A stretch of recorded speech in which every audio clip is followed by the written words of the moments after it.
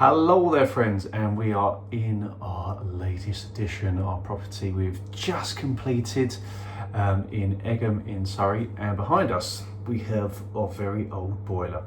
Now we did get told that this property needs a new boiler as there was something wrong with it, and people, the plumber we used didn't know what was wrong.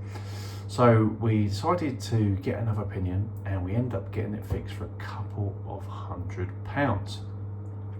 So, all right, you could say, we should have just got a new boiler. It's 18 years old, and we should have spent the £2,500. But I thought, for the sake of a couple of £100, it only needed a little element in the end to get it going. Maybe it lasts 2 years, but maybe we get 10 years out of it, and then you've really got your £200 worth here. Especially considering the EPC in this property is actually pretty good, so we didn't have to do it.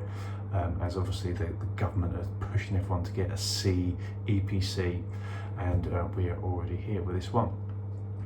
So was £200 a good investment? What would you do? Would you have just paid £2,500 and got a brand new one from day one, or would you have been a bit more stingy like me and my business partner were and paid the £200 and keep your fingers crossed, and hopefully you get a good few years out of it?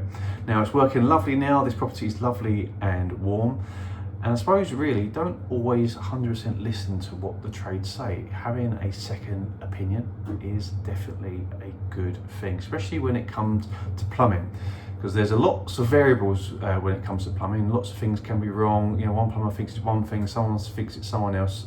Definitely when you're talking about boilers, and they are quite motivated to obviously put in a new boiler because that's a big chunk of money for them. I'm not sure what a plumber's margin is, but I'm guessing it's pretty decent on a new boiler.